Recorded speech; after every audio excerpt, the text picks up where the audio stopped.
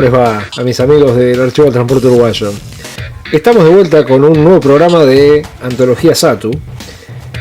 Y en este caso, y a pedido del público, vamos a tratar una temática que no es lo que normalmente abordamos en nuestros trabajos. Quiero dejar en claro que tomamos muy en cuenta lo que nos solicitan, la gente que nos sigue, y esta es la razón por la cual decidimos tratar este tema que vamos a hablar hoy. No es que no nos interese hablar de esto, porque muchas veces me preguntan por qué no las hemos seguido, o por qué las incursiones que hemos hecho en esta área han sido pocas. El asunto es el siguiente, y les voy a ser totalmente sinceros: es por miedo, es por desconocimiento que tratamos poco este tipo de trabajos. Me refiero a lo que es el parque de material rodante de madera, o sea, los famosos salones de pasajeros de madera. Es un área hermosa, es un área muy rica, muy amplia, pero justamente ese es el asunto al momento de tratar sobre ellos. Los salones de madera son conocidos por ser bastante complejos. ¿A qué me refiero con esto? Hubieron en el Central básicamente 3 etapas de lo que fue la construcción local de este tipo de unidades. Pero el problema es que no es solamente el Central, ya que todas las empresas tenían sus propios salones de madera. El Central, por ser la más grande, era la que tenía mayores recursos y por lo tanto tenía la posibilidad de poder fabricar casi que todo el salón. Lo único que no se podía fabricar acá era la parte del bastidor, ¿no? del chasis, lo que vendría a ser un auto, el chasis, y lo que eran las partes complejas, como por ejemplo lo que eran partes de fundición, lo que era la cama de los bogies, lo que eran los bogies propiamente dichos, los ejes y demás. Lo demás, lo que era la estructura, se podía perfectamente construir en Uruguay, porque justamente se construía con madera y elementos que se conseguían acá localmente. La razón entonces por la cual no solemos tratar esta área es justamente por eso, porque hubieron muchas series distintas de estos salones, hubieron también muchas modificaciones a lo largo de su historia, pero por sobre todo una de las razones que da un poco justamente de miedo para tratar esta área es el desconocimiento, porque es muy difícil hacer un correcto seguimiento de este tipo de unidades, salvo en algunas excepciones, salones que llegaron por ejemplo a la época de AFE o que llegaron a los años 80, a los años 90, donde bueno, capaz que por ahí nos faltan informaciones de determinadas partes de su vida, pero podemos complementarlas con otras.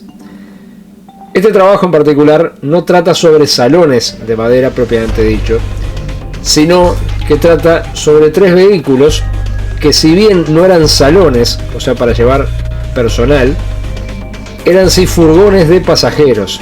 No era lo más normal, bueno, pero esto existió acá.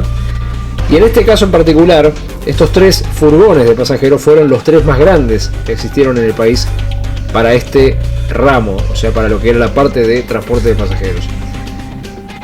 Es interesante esta historia, van a ver por qué, porque no termina como se pueden imaginar, todo destruido, todo desguazado, ¿no? O sea, no sé si decir que tiene un final feliz, pero bueno, por lo menos es algo. Y justamente acá ocurre lo mismo que les aclaro que ocurre cuando intentamos abordar esta temática. Es muy complicado cuando no se cuentan con una amplia cantidad de datos que permiten profundizar un trabajo histórico, por lo menos en determinadas áreas, en determinadas series de vehículos. Aún así, no podemos dejarlos por fuera. Estamos hablando que fueron el grueso de lo que a transporte de pasajeros refería. Por ejemplo, si nosotros hablamos de salones como por ejemplo los Alan, los Immering, los Fiat, los Gans Mavac también, es relativamente fácil seguirles el tren porque no eran tantos y en su mayoría existen hasta hoy en día, y como son de una época posmodernista, digámosle, es fácil ubicar qué fue lo que hicieron en tal lado, qué fue lo que hicieron en tal otro lado. Pero cuando hablamos de cosas que en su mayoría desaparecieron hace décadas o más, hay veces que se hace bastante cuesta arriba poder seguirles hacer un seguimiento correcto, de decir, bueno, cuándo terminaron su vida, por qué eran de determinada forma, por qué fueron modificados, etc. En el caso del Central y en el caso de algunas series en particular del Central, es relativamente posible hacer un correcto seguimiento histórico, especialmente en casos como estos, que eran únicamente 3 vehículos, que es lo que va a tratar este programa. Pero existen otros casos donde es realmente un dolor de cabeza, por no decir que es imposible lograr algo. En este capítulo, en esta nueva programación de nuestro ATU Antologías, vamos a hacer este pequeño acercamiento, de forma un tanto tímida, si se le quiere, a esta temática que a mí personalmente me apasiona, como son los salones de madera, que no es que la hayamos dejado de lado ni mucho menos, es simplemente que no hemos podido encontrar una forma de abarcarla como realmente se merece. Y por eso les digo, les tenemos miedo porque es complicadísimo hablar sobre ellos. Depende obviamente del modelo. Hay algunos que sí, hay otros que no, pero por lo general es bastante cuesta arriba tratarlos. De esta forma, amigos, empezamos con este nuevo Antologías del Archivo del Transporte Uruguayo.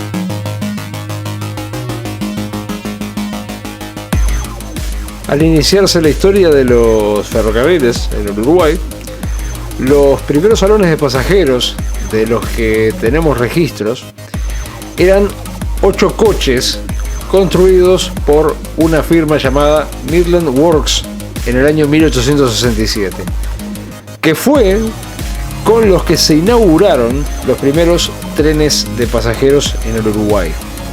Estos salones fueron numerados desde el número 1 al número 8 y eran, como se pueden imaginar, de 2 ejes.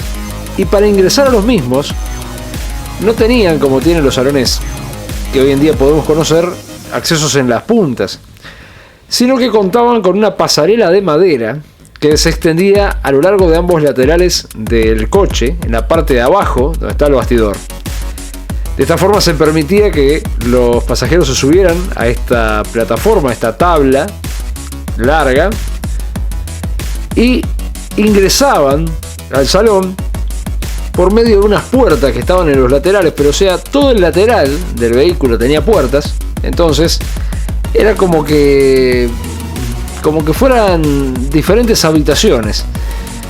El problema que tenía este tipo de salones es que no se podía pasar de una habitación a la otra, entonces cada una de esas puertitas simbolizaba el ingreso a uno de los habitáculos adentro del salón. Y si se quería cambiarse de una habitación a la otra, o sea, de uno de esos habitáculos a otro, era necesario bajarse del salón y volver a entrar por otra de las puertas. El sistema de ingreso no difería demasiado del utilizado en las diligencias, ya que se entraba por el costado del vehículo y cada puerta, como ya les dije, daba acceso a un compartimento donde se encontraban los asientos. Con el pasar de los años, el Central Uruguay Railway fue adquiriendo material para servicio de pasajeros cada vez más avanzado. Todo el material que se adquiría era comprado en el exterior, pero existió una excepción, que eran los salones número 44 y 49, ya que estos 2 salones fueron construidos en los talleres de Bella Vista, en el barrio homónimo, en el año 1872. Y además, eso se repite en unos años posteriores, en 1887, cuando se construyen otros 3 salones que pasaron a ser el número 56, el número 57 y el número 58, que también fueron hechos en Bellavista. A excepción de estos 5 salones, fabricados de forma nacional, construidos totalmente de carrocería de madera, sumamente rústica, el resto de los casi 100 salones con los que contaba el Central, ya en esa época, estamos hablando de finales del siglo XIX, habían sido adquiridos nuevos a empresas inglesas principalmente, que eran especializadas en la construcción de este tipo de material rodante ferroviario para pasajeros. Pero aquí que esto tuvo un párate. Los últimos salones que fueron adquiridos en Inglaterra fueron comprados en 1889 a una firma que fue bastante conocida acá en el Uruguay, que era la de Gloucester Wagon Works. Lo que, valga la redundancia, serían también los últimos salones que el Central adquiriría carrozados en el exterior, pasando luego un receso de más de 10 años donde no fue comprado absolutamente nada en materia de material rodante para pasajeros. Para principios del siglo XX, el Central ya contaba en sus talleres Peñarol con un avanzado proceso de construcción, y entre las reparticiones con los que contaba dicho taller se destacaba un moderno taller de carpintería, donde se contaba con una infraestructura suficiente como para construir y reparar también material rodante, además de la realización de una amplia gama de artículos de madera, ¿no? O sea, no era solamente la construcción de los salones en sí, sino que podían fabricarse muebles, podían fabricarse sillas, todo lo que el ferrocarril requiriera y se pudiera producir con una materia prima como era la madera, entonces se construía en la carpintería de Peñarol. Así fue que cuando la ocasión lo ameritó, pretendiendo un abaratamiento de los costos y entendiéndose que construir material rodante para pasajeros no conllevaba nada que no pudiera ser construido de forma local, con una pequeña excepción que era el bastidor y los bogies, fue entonces que el Ferrocarril Central decide retomar de forma más profesional el trabajo que había sido empezado en la remesa Bellavista con la construcción de los 5 coches que ya les nombré en el siglo XIX. Para esta ocasión entonces el Central sabía que no podían construir los bastidores acá. Esa era una parte muy importante y no había acá una técnica como para poder hacer los bastidores. O sea, todo lo que era la parte de abajo de los salones, desde el bastidor hacia abajo, eran importados de Inglaterra. Se adquieren 5 bastidores de madera con bogie de cuerpo de madera y laterales de metal, y sobre esos 5 bastidores se pensaba carrozar nuevos salones de pasajeros, pero en este caso distaban mucho de las primitivas construcciones realizadas en Bellavista 20 años antes. Así fue que la carpintería de Peñarol, que era propiedad del Central, dio vida en el año 1901 al que sería el primer coche de 4 ejes carrozado en el Uruguay totalmente desde cero. Vuelvo a aclarar, lo que se construía acá era la carrocería y lo que se traía de Inglaterra era el bastidor y todo lo que eran los rodamientos, o sea, los bogies. Ahora bien, acá hay un tema importante a destacar. El diseño que se utilizó para construir ese salón número 91 era una reproducción bastante parecida al formato de los salones Gloucester de 1889, o sea que se basaban en salones 12 años anteriores. Sin duda que la idea de poder construir de forma local el material de pasajeros era algo bastante importante, ya que, como ya les dije, lo único que había que importar era el chasis y los bogies, que eso no se podía fabricar acá. Esto le daba al Central un amplísimo abanico de posibilidades, no solo en la construcción de material rodante de pasajeros, sino también dando lugar a la construcción de vagones de carga, siempre y cuando la materia prima básica fuera, obviamente, la madera, ¿no? Era un material fácil de conseguir, acá en Uruguay había una amplia producción de madera, Y se llegó al extremo en una época de que el Central contaba con montes propios, o sea, contaba con terrenos propios, donde plantaban árboles para poder sacar de ellos para construir los... No sé si estrictamente los salones, pero sí sé que era madera que utilizaban para el propio ferrocarril. Eso vale aclarar que incluso esos montes llegaron a la etapa de AFE, o sea que cuando AFE se creó y absorbe, o mejor dicho, se queda con el material que era de propiedad central originalmente, entre las cosas que se pasaron a AFE, pasaron esos predios, esos campos con los bosques. Obviamente después lo vendieron, pero en fin. La fabricación de esta primera etapa de salones construidos localmente en el Uruguay duró desde 1901 a 1907.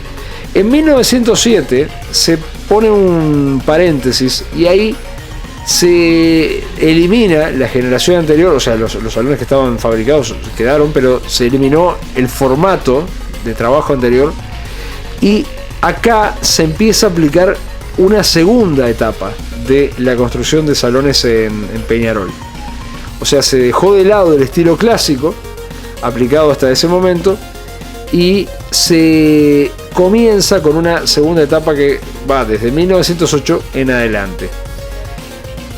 El Central lo que hace es un cambio de diseño en los futuros coches que se construirían desde este año, y lo que cambió es que se abandonó de forma definitiva, primero que nada, los bastidores de estructura de madera. Empezaron a hacer todos los vehículos que se fabricaban con estructura de bastidor metálico. Y después, el otro cambio trascendental fue que se abandonaron las plataformas abiertas, los pescantes en los extremos de las unidades. Estas plataformas entonces fueron sustituidas por un nuevo sistema que era conocido como vestíbulo. O sea que la punta del vagón no era abierta para pasar de un vagón a otro, la punta del salón, en realidad ponían salones, no vagones, sino que era totalmente cerrada. Y contaba entonces con dos escaleras laterales para el acceso de los pasajeros y con dos puertas que estaban apuntando hacia los costados, o sea, hacia el andén, para poder ingresar tanto de un lado como de otro, pero además contaban con una puerta central que estaba en la parte que se pasó a conocer como el fuelle. El fuelle era unas placas grandes con una tela entre sí.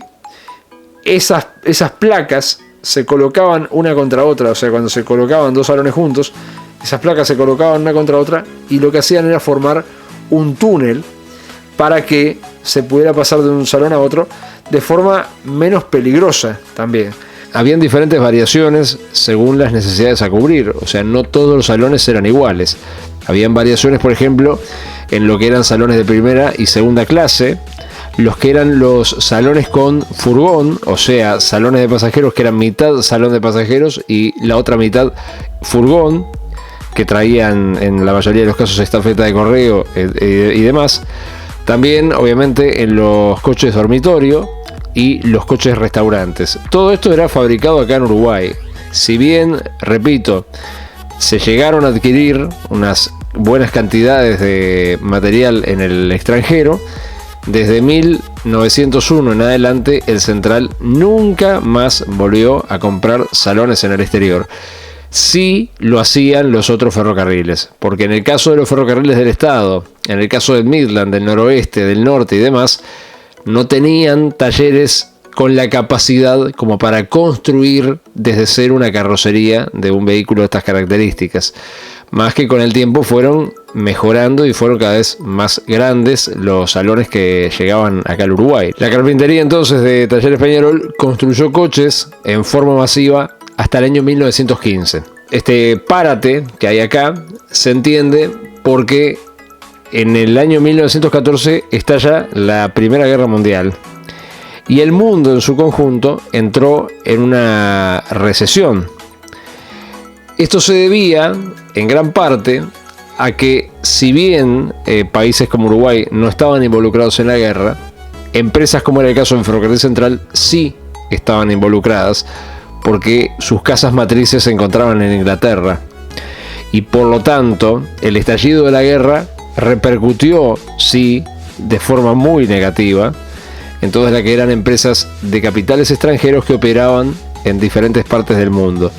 Hubo países donde se afectó menos y hubo países donde se afectó más. En el caso nuestro, en particular, afectó bastante el hecho de que la cantidad de población que había acá hacía que el transporte de pasajeros fuera un elemento menor en comparación a los transportes de carga, que era lo que normalmente realizaba el Ferrocarril Central. Entonces, ante una eventualidad de estas características, era evidente de que el Ferrocarril Central buscara bajar un poco los costes operativos. Y es por eso que este año, 1915, es cuando se hace un receso general de la fabricación de salones de madera acá de forma local. Aún así, se siguieron fabricando. En menor medida, pero siguieron habiendo construcciones, ¿no? O sea, no es que después de 1915 no se hizo más nada. Se hacían, pero se hacían a mucha menor escala. Este segundo formato, que se había impuesto en el año 1907, o sea, esta segunda era de los salones de madera en Uruguay, se extiende hasta el año 1929. Ese año fueron carrozados los que serían los últimos salones de madera de la etapa de producción masiva del Ferrocarril Central. En el taller de carpintería, obviamente, fue donde salieron estos dos últimos salones, que no eran exactamente iguales a la mayoría. Eran salones furgones. Quiere decir que, si bien eran salones de pasajeros, la mitad del vehículo era un furgón y la mitad era un salón de pasajeros. Eran dos en total, el número 147 y el número 148. Eran bastante modernos, bastante más modernos que el resto, a pesar de que mantenían los rasgos generales impuestos desde el año 1907 en adelante. Y ahí ellos darían final a la segunda etapa de la fabricación de vehículos en Peñarol. El año 1929 sería un año atípico y, dados varios hechos, se cambiaría para siempre el concepto de construir material ferroviario para pasajeros en Uruguay.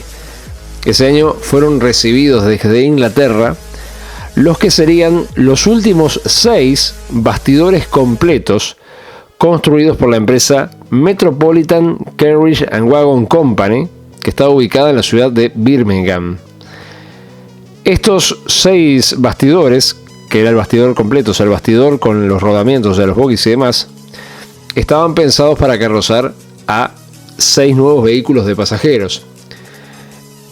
Eran de una construcción y una técnica bastante más moderna que el resto de los vehículos, pero el panorama que se avecinaba era bastante complicado y las cosas no saldrían como estaban planificadas desde un origen.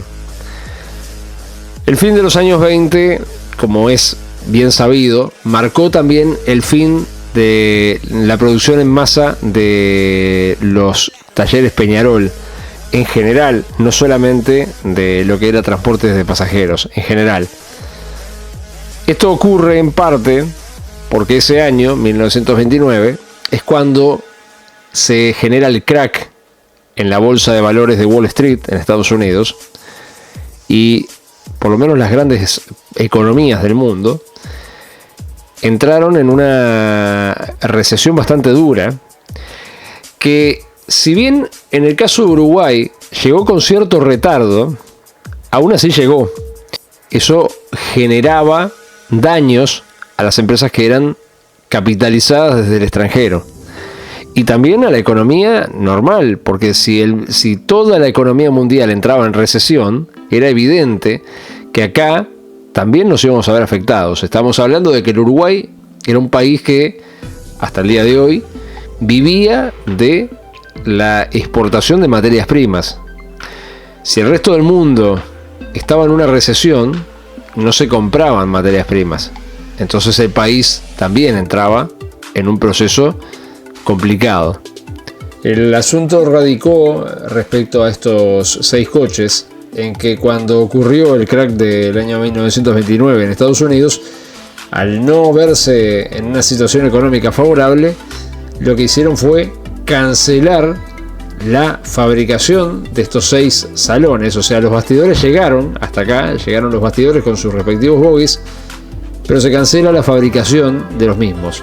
Pero en el año 1931 el Central decide construir 3 furgones enormes para pasajeros, exclusivamente para trenes de pasajeros.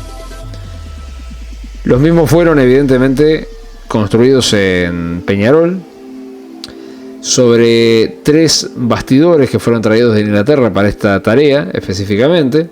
La traída de estos bastidores fue la última compra que realizó el Central de un material pensado para pasajeros.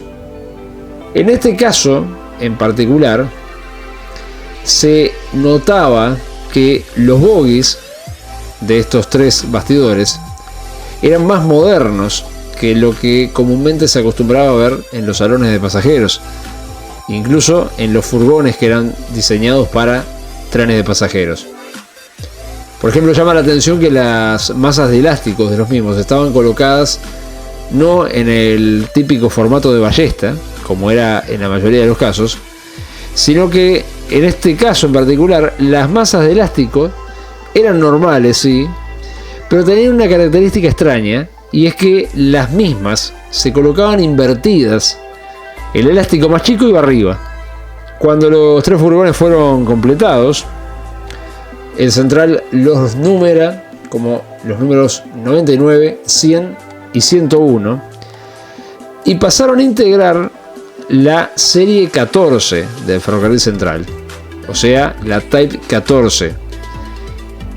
El furgón número 101 en particular fue el que sirvió como modelo publicitario, ya que fue él el que se fotografió en Peñarol a pocos metros de donde fue construido. Cuando se construía algo en la carpintería, era muy común que la fotografía de fábrica se la sacaran a pocos metros del lugar a donde había sido construido. Como estos furgones fueron construidos tan tardíamente en el tiempo, era evidente que su fisionomía estaba basada en una línea mucho más moderna y refinada, dándoles a ellos una característica única en todo el resto del parque, pasando a ser los furgones de pasajeros más grandes con los que contaría el Central en toda su historia. Y además, y lo más importante, es que fueron equipados con una amplia gama de accesorios. El peso de estos 3 furgones, los tipo 14, era de 24.900 kilogramos, o sea, casi 25 toneladas. Estaban apoyadas sobre 4 ejes. La distancia entre los ejes era de 42 pulgadas con 1. El bastidor era de acero. La longitud de los mismos era 56 pulgadas con 10,25. No era un furgón de los tipos que se utilizaban en los trenes de carga. Era típicamente un furgón de pasajeros. Sus líneas, las líneas de la carrocería, eran tan parecidas a los salones de pasajeros que lo único que los diferenciaba era que los salones de pasajeros contaban con ventanillas todo a lo largo, tenían puertas a los costados y uno de los extremos era ciego, mientras que el otro tenía un fuelle. En uno de los extremos entonces contaban con un vestíbulo, puertas iguales a los de los salones, las típicas puertas de la segunda generación de salones, o sea, los salones que se construyeron desde el año 1907 en adelante, que no tenían el pescante. Del otro lado sí, no tenía vestíbulo, en la otra punta lo que tenían era una especie de cabecera ciega con una puerta en el medio, con un pequeño fuelle que era lo que permitía pasar a otro salón. Interiormente diferían bastante del concepto clásico de furgón. Estos estaban equipados con varias cosas. Lo primero que se destacaba de ellos es que su interior no contaba con un solo ambiente. Cuando uno ingresaba al furgón, veía que estaba dividido en habitaciones, básicamente en 2 áreas principales. Estas eran, por un lado, la sección que era dedicada al correo, casi la mitad de todo el furgón, totalmente equipada para dicha función, mientras que el resto del vehículo era ocupado por un pasillo lateral y el área de cargas propiamente dicha. En lo que respecta al área del correo, a esta habitación que estaba dentro del vehículo, La misma, como ya dije, ocupaba una buena cantidad de espacio del vehículo. Se podía acceder a ella por el extremo del vagón, donde se encontraba el vestíbulo, donde cuando uno recién subía al vestíbulo, se apreciaban dos puertas. Una comunicaba con el pasillo, que el pasillo era lo que comunicaba el vestíbulo con el área de carga, y la otra puerta daba así ingreso a la estafeta postal. Acá adentro, en la estafeta postal, la oficina postal contaba con un estante para el correo de bastantes buenas proporciones, que en el diagrama figura como leather rack, un escritorio para ordenar la correspondencia. Este mismo tenía una lámpara y estaba acompañado de una silla giratoria de madera. Detrás de la silla giratoria existía un lavatorio y contra la pared posterior estaba ubicado un sofá cama. Era para permitir que la persona encargada del correo pudiera dormir, porque estos vehículos estaban pensados para viajes largos, entonces tenían que darle cierto tipo de comodidades al operario que viajaba ahí adentro. La oficina postal y la estafeta de correo estaban iluminadas por una luz eléctrica que estaba ubicada en el techo, pero además contaban con 3 ventanas que daban hacia la parte posterior, destacándose que una de ellas era más grande que las otras 2. El pasillo que comunicaba con el área de cargas se encontraba, como ya dije, sobre un lateral del vagón, y al llegar a la zona de cargas se apreciaba primero que nada un asiento rebatible que estaba destinado al guardafrenos. Junto a este asiento existía una plataforma de encarrilamiento, dispositivo que figura en el diagrama como el rail del ramp, la cual se traduce como rampa de enfilamiento, pero creemos nosotros que lo que quería hacer era una plataforma de encarrilamiento. Cerca de este asiento del guardafrenos existía además una válvula de freno automático, además de una manivela que se giraba a modo de freno de mano del vehículo, pudiendo, como algo bastante poco común, frenarlo directamente desde el interior. Esto se basa en que comúnmente los salones de pasajeros y los vagones contaban sí con un freno de mano, pero el freno de mano no estaba adentro, sino que en la mayoría de los casos el freno de mano estaba debajo del chasis, pero no era el caso de estos furgones, como podrán ver. Junto a la válvula de freno existía además una caja fuerte, que era para el transporte de los valores, y también varios compartimentos para depositar el correo, la estafeta postal, a pesar de que estaba fuera del área asignada a dicha tarea, o sea, la parte de la estafeta, por alguna extraña razón que se desconoce, no integraba esa habitación a donde se arreglaba y acomodaba el correo, sino que estaba fuera, sobre el área de cargas. Detrás de la puerta corrediza central, del lado izquierdo del salón, existía una lámpara de cola, que en el diagrama figura como tail lamp, que se calcula se utilizaba cuando el furgón viajaba a la cola del tren, se colocaría de la parte posterior. Esto es una suposición porque no hay ninguna especificación técnica de cuál era el uso, pero figura en el diagrama. A mitad del salón, y entre las 4 puertas corredizas, o sea, 2 de cada lado, ubicados contra la pared a ambos lados del coche, existían 2 estantes para paquetes, que figuran bajo el nombre de Parcel Shelves. Y por último, y lo más peculiar de estos furgones, era que contra la cabecera ciega del vehículo, a ambos lados del pasillo, que permitía llegar al fuelle, evidentemente, y a la puerta central, existían 2 sendos pesebres, para permitir que en cada uno pudiera viajar un caballo. No eran los únicos salones de los ferrocarriles uruguayos en tener este tipo de artilugios, era muy común eso antes, pero es raro que se lo tomara en cuenta en un tren de pasajeros esto, ¿no? O sea, en un furgón que estaba pensado para uso de pasajeros, pero bueno, permitían también este tipo de transporte.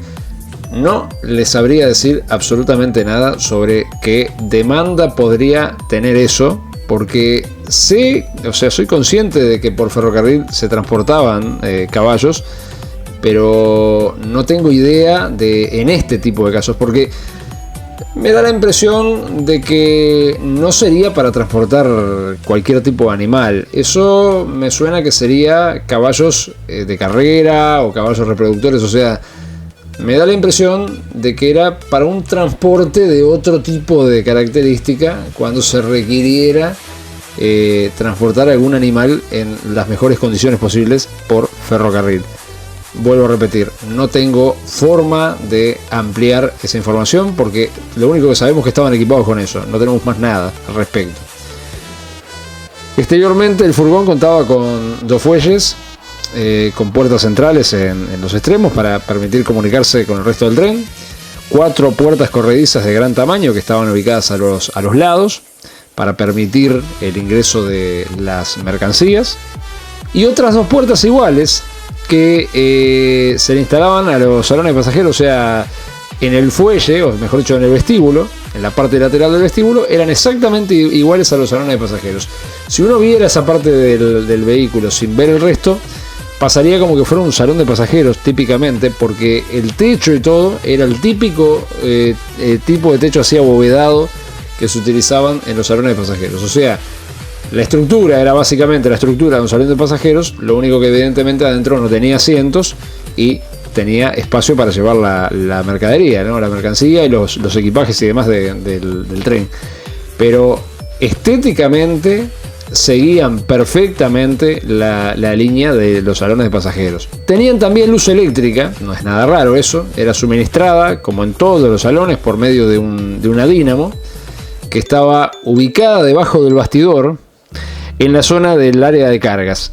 Esta dínamo iba conectada por una polea de tela, como era el típico ejemplo de estos salones, era siempre lo mismo, al eje número 2 del bogie, que estaba ubicado sobre el extremo el extremo ciego. Y en la parte superior del techo contaban con los típicos respiraderos tipo rombo, que eran muy clásicos del ferrocarril central. Esto lo que permitía era que el aire ingresara por ahí y recirculara por adentro del vehículo. Estos 3 vehículos fueron construidos para ser utilizados, como ya dijimos, en los servicios de larga distancia, pero aún así no tenemos mayores datos sobre qué tipo de servicio corrían. Se sabe que corrían los nocturnos a Rivera, a donde viajaban también los salones dormitorio, los salones comedores y demás, acompañando estos 3 furgones acompañando a las formaciones que viajaban en esos, que eran los viajes más largos que realizaba el Central, porque eran las 2 distancias más distantes que tenía en su red, o sea, Montevideo-Rivera.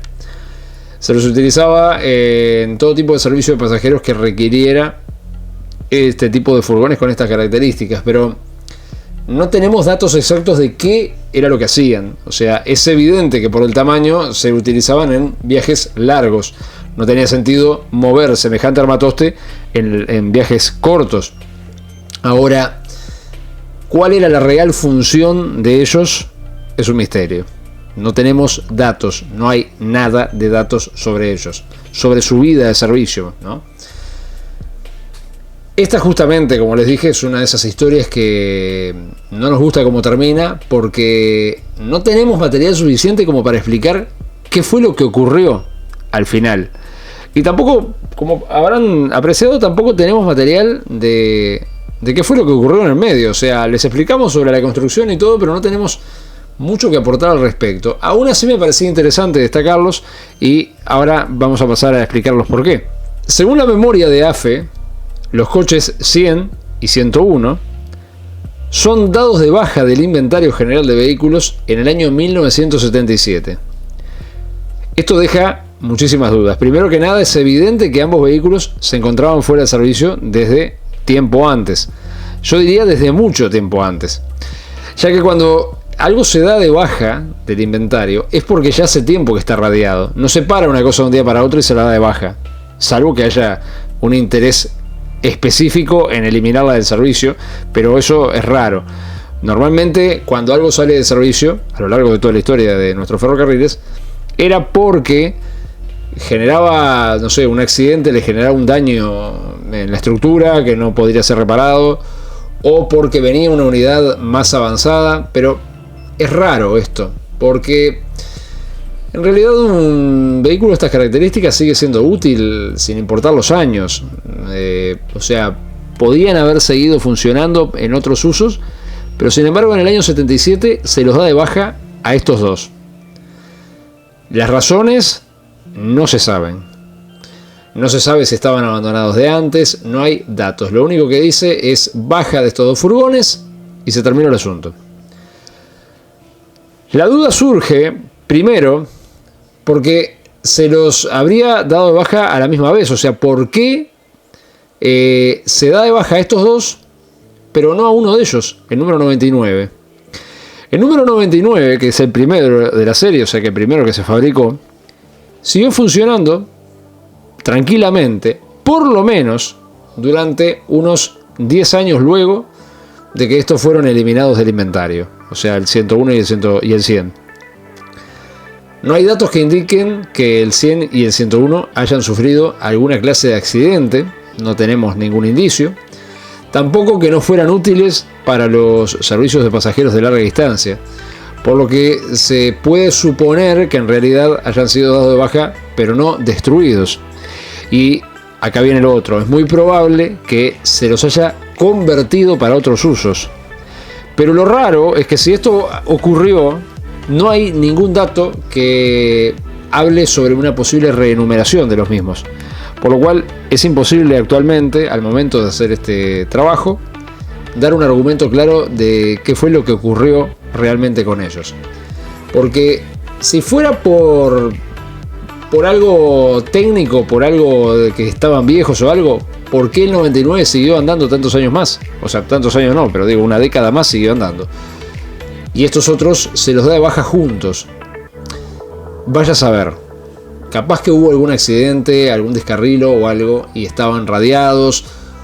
O vaya a saber. Es raro, es muy raro.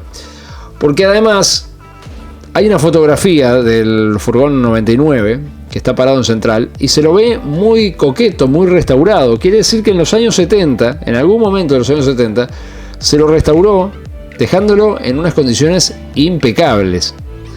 Por eso es más extraño aún pensar que más o menos en la misma época, no tenemos la fecha exacta de cuándo fue que se lo restauró de esa manera, pero es extraño pensar que se restauró a uno y a los otros se los da de baja directamente. Capaz que estaban en malas condiciones y bueno, se optó por salvar a uno y usar los repuestos de los otros para este. Son todo conjeturas, no tenemos ningún indicio al respecto. Hablando del número 99, a diferencia de sus dos hermanos, sí, en este caso se sabe qué fue lo que ocurrió con él después de ese año, del año 77.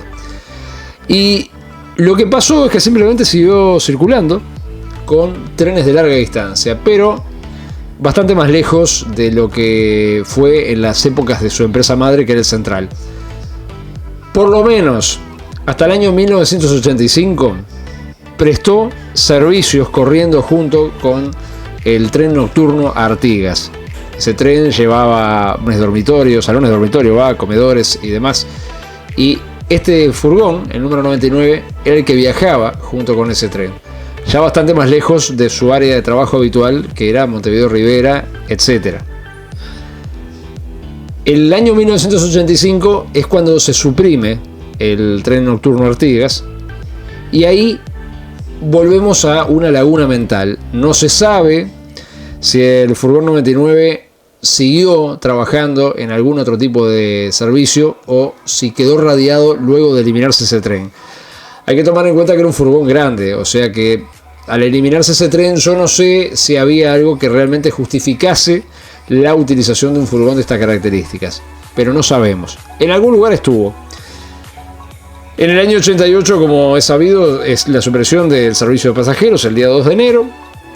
Y el 99, por los datos que nosotros tenemos, habría quedado abandonado en algún lugar de los talleres Peñarol.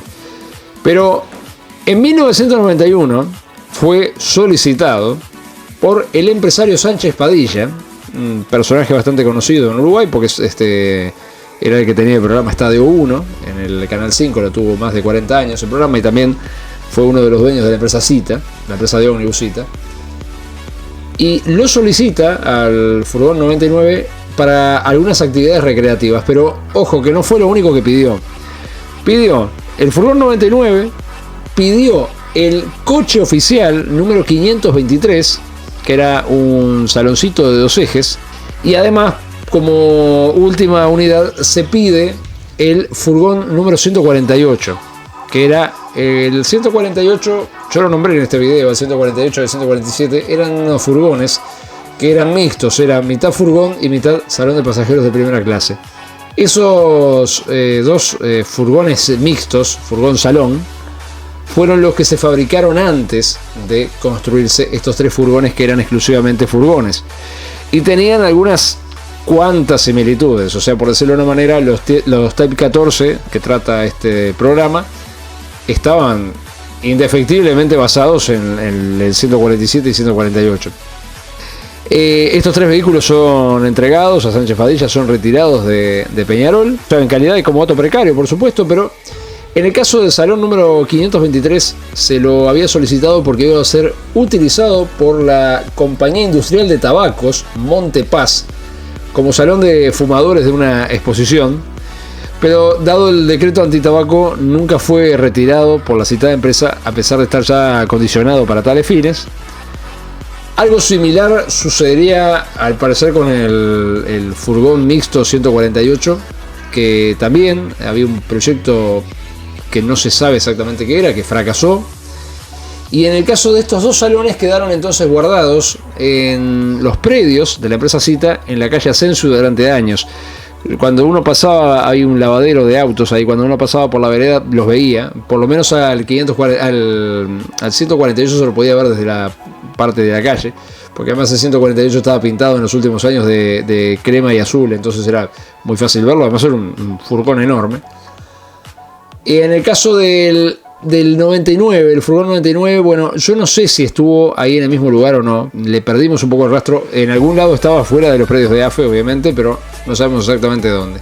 O sea que básicamente no sabemos a dónde fue parar el furgón 99 durante la década del 90, o sea, desde el año 1991, cuando es retirado del predio de AFE, hasta entrado el siglo XXI.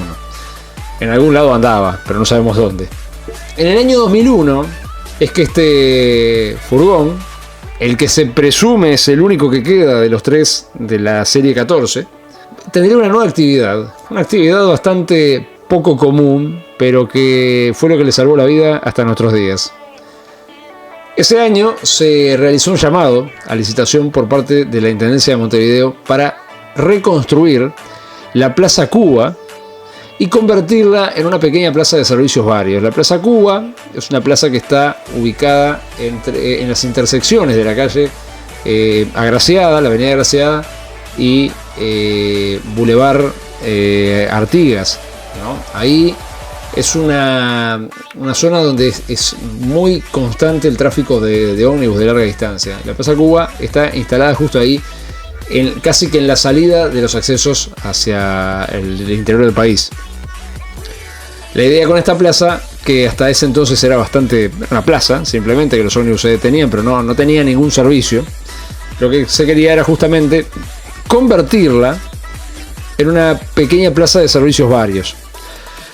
La empresa ganadora de la licitación para hacer esto se llama Plaza Cuba SRL, y era la concesionaria que de aquí en más se encargaría de una mini terminal, que es lo que desde antes, desde mucho antes del proyecto, era la función de la Plaza Cuba, ¿no? Era una plaza donde la gente iba a esperar el ómnibus, pero no había venta de boletos, no había nada, era una parada obligatoria que justamente a nivel oficial auspicia como mini terminal. Como la Plaza Cuba justamente está considerada un punto importante en lo que es el transporte carretero, lo que se buscaba hacer era darle algunos dotes al espacio para hacerlo un poco más amigable con el pasajero. La plaza no es una terminal de ómnibus, los ómnibus no la tienen como una terminal de ómnibus, es una parada obligatoria de paso.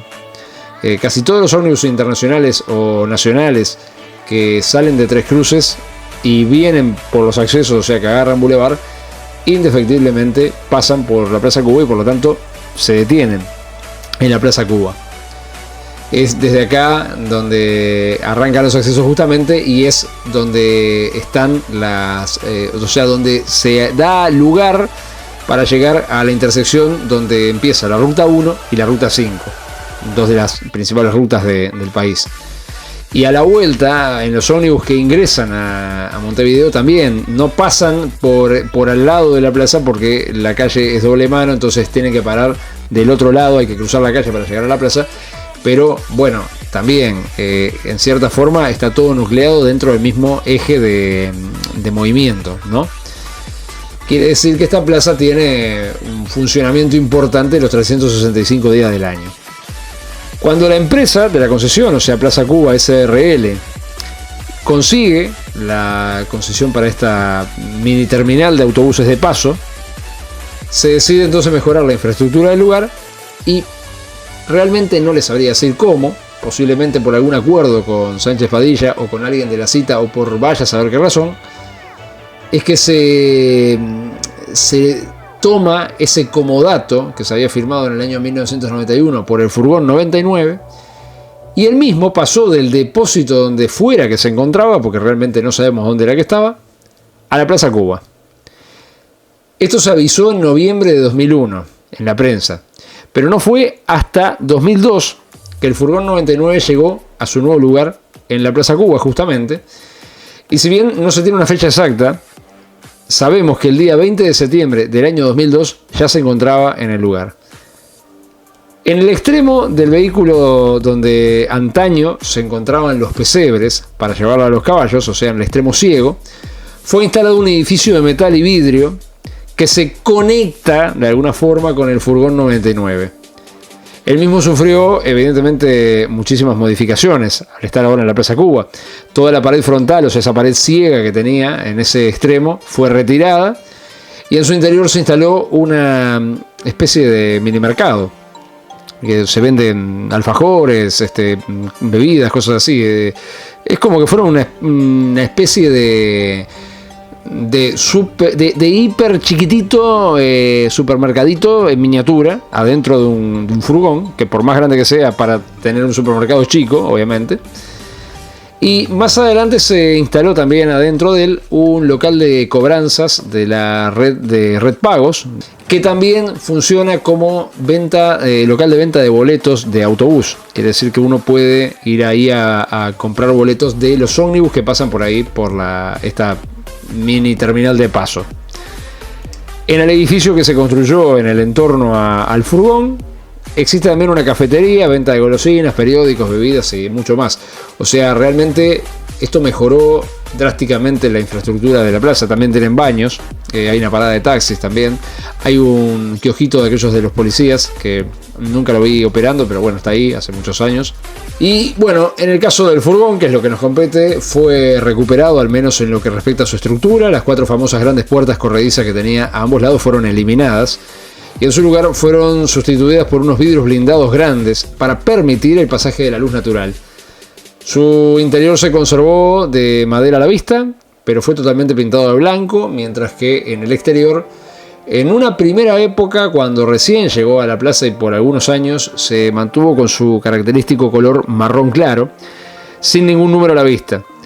Conservó sí intacto el vestíbulo, que en ese extremo, que es el extremo que da al lado opuesto a donde está el edificio ese de vidrio que le hicieron rodeándolo y para agrandar un poco el espacio. El vestíbulo se conserva tal cual, se conservan los topes, se conserva el enganche.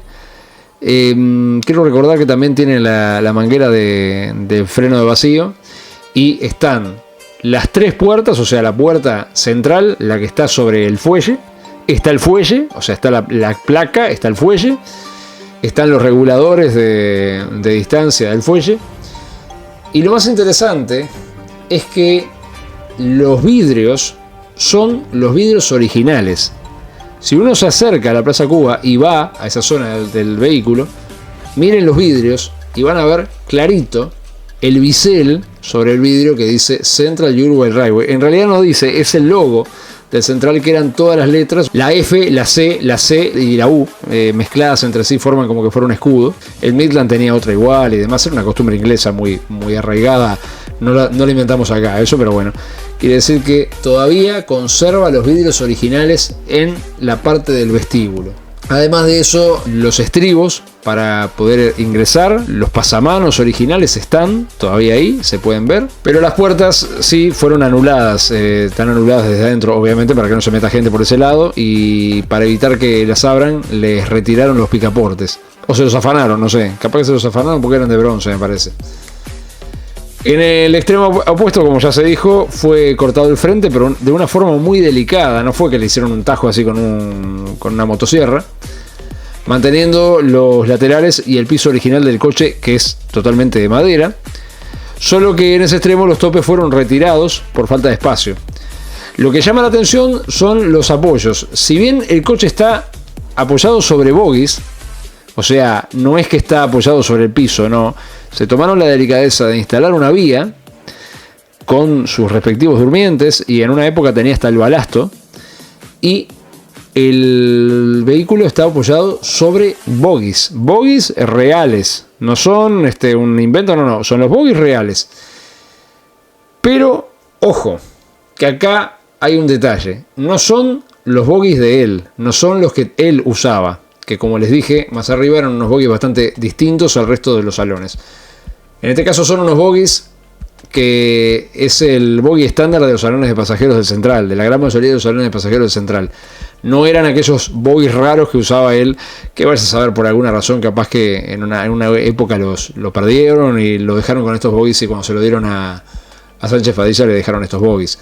No les sabría decir porque no tenemos fotos de él de los años 80, entonces no tenemos forma de asegurar que esto fuera así, pero probablemente siendo bogies distintos a los que usaba, le habrán adaptado estos bogies que eran estándar y chao.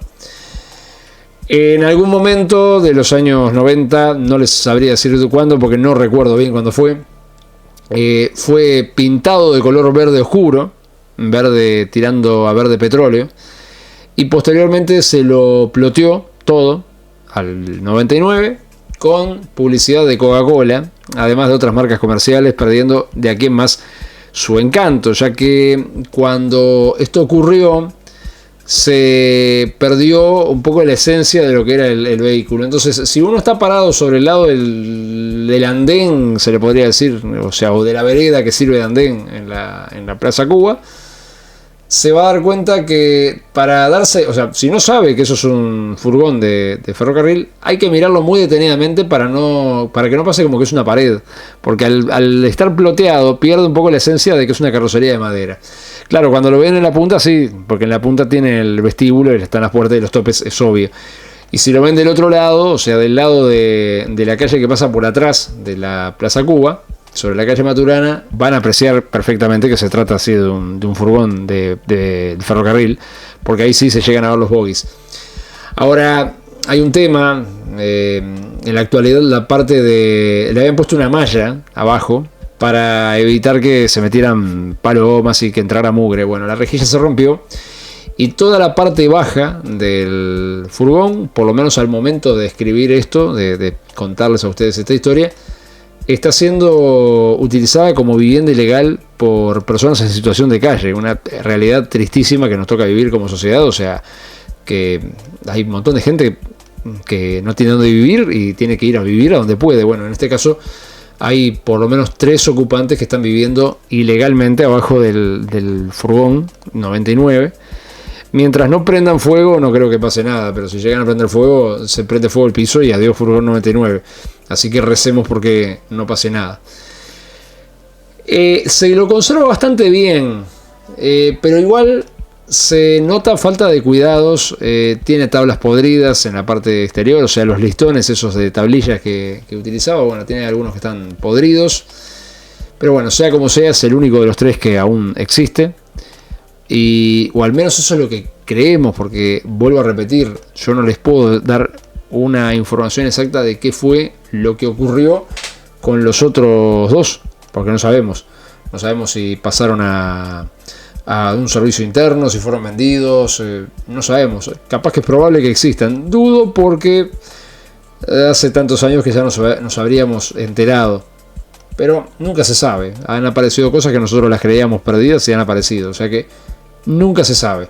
Yo no les puedo asegurar hoy en día qué fue lo que pasó con nosotros dos, pero bueno, sí les puedo asegurar dónde está y lo pueden ir a ver perfectamente porque la Plaza Cuba es un lugar público, pueden ir, pueden entrar en él si quieren, o sea, vayan a comprar una bebida o algo y para justificar entrar si no los van a ver con cara rara. Y bueno, pueden conocerlo por dentro. Les aclaro que adentro no le queda nada. O sea, adentro lo que tiene es el techo. Se dan cuenta que es el techo original, un techo de entablillado de madera. Y el piso es el original también. Pero todo lo demás que está ahí tiene góndolas adentro. O sea, es un supermercado lo que tiene adentro, ¿no? Es interesante, realmente es interesante porque está ahí al alcance de todo el mundo. Y es un vehículo hermoso además, vale la redundancia. Y como otro dato anecdótico les puedo decir que junto al furgón 99, sobre el lado del pseudoandén que da a Boulevard, existe una antigua balanza ferroviaria también que pertenecía al Ferrocarril Uruguayo del Este. Está fechada en el año 1910. O sea que es muy probable que esta balanza sea de la época cuando el Ferrocarril Uruguayo del Este llegó a Maldonado. ¿Se acuerdan que en el año 1910 fue que se llegó a Maldonado? Bueno, así que es muy probable que esta balanza venga de esos años. No les sabría decir si era la balanza de Maldonado. En una época alguien había comentado que era la balanza de Rocha, pero bueno, puede ser que haya estado en Rocha trabajando. Me suena raro por la fecha, porque del año 1910 no estaba todavía realizada la conexión con Rocha. O sea, el ferrocarril entre Rocha y La Paloma estaba ahí en veremos, o sea, estaba a los golpes construyéndose. Pero puede que la balanza en algún momento haya estado en la estación Rocha posterior a eso. Evidentemente no fue comprada para la estación Rocha. No tiene tampoco nada que ver con el furgón 99, porque el furgón 99 era el central y la balanza era del Ferrocarril Uruguayo del Este, o sea, el segundo Ferrocarril Uruguayo del Este, ya de la época de Farquhar. Pero bueno, está ahí también. La pueden ver, está al alcance de todo el mundo porque está fuera en la balanza, o sea que no tienen ni siquiera que entrar al furgón para poder apreciarla. No sé exactamente por qué este ensañamiento de querer tematizar tanto el lugar con un ambiente netamente ferroviario, más allá de que es un tema cultural, que ojo, lo agradecemos porque nos parece genial que se lo haya preservado el furgón y está prestando una función muy digna, ¿no? O sea, el lugar es precioso. Estos furgones no son los que dieron como concluida la producción, pero casi. Los últimos, ya les dije, fueron los Type 10, 7 años luego, que con ellos sí se concluyeron 37 años de producción casi ininterrumpida de material ferroviario nacional para pasajeros por parte del Ferrocarril Central. Este ha sido un nuevo programa de las antologías del Archivo del Transporte Uruguayo. Espero que les haya gustado. Seguimos trabajando en el libro. Para los que me preguntan por el libro, bueno, seguimos trabajando en el libro, sí. También las temáticas que se están tratando en los videos intentamos que sean temáticas que no se hayan tratado para que eso contribuya. Nosotros cada vez que hacemos un video redactamos un guión y ese guión después nosotros lo reciclamos y hacemos con ese guión una historia, un PDF, para que no quede solamente en la parte audiovisual, ¿no? Aprovechar eso para las historias. Y esas historias evidentemente se pueden imaginar que son las que se están volcando al libro. Por eso es que la estrategia es tocar temáticas que se vayan necesitando para el libro que estamos escribiendo, hacer los videos, difundir, utilizar ese material que se prepara para el video para hacer una historia y ponerla a disposición de todos ustedes. Ahora en breve voy a subir la historia escrita de este trabajo audiovisual, y también la del accidente de carpintería, que ya tiene creado un archivo. O sea, de cada video que nosotros hacemos intentamos sacar una historia para el archivo de las historias, ¿no? O sea, para la biblioteca esa que tenemos creada estamos casi llegando a los 100 PDF, a los 100 trabajos escritos realizados sobre ferrocarriles uruguayos y todos los que faltan por hacer. Por ejemplo, ahora Demetrio Ceballos, que es uno de los que nos da una mano tremenda con su laburo, construyó en 3D una de las locomotoras clase D del Ferrocarril Central, que eran las que iban a Las Piedras. Entonces eso es una herramienta monstruosa, porque nosotros con eso podemos, por ejemplo, si se quisiera, que lo vamos a hacer obviamente porque hay que nombrarla tarde o temprano, hacer un video sobre ese tipo de locomotoras. Ahora, teniendo el modelo 3D a escala real, se puede hacer mucho más con ellas. Por eso les digo, hay mucho por hacer, y si no hacemos más es por falta de tiempo, no por falta de ganas, porque realmente es un tema que nos apasiona esto, y tengo una lista de cosas que quiero tratar, y digo, cada vez que se me ocurre algo lo anoto, digo, esto, tenemos que hacer un video de esto, y tenemos que hacer un video de esto, y tenemos que hacer un video de esto. Pero bueno, el tiempo es tirano.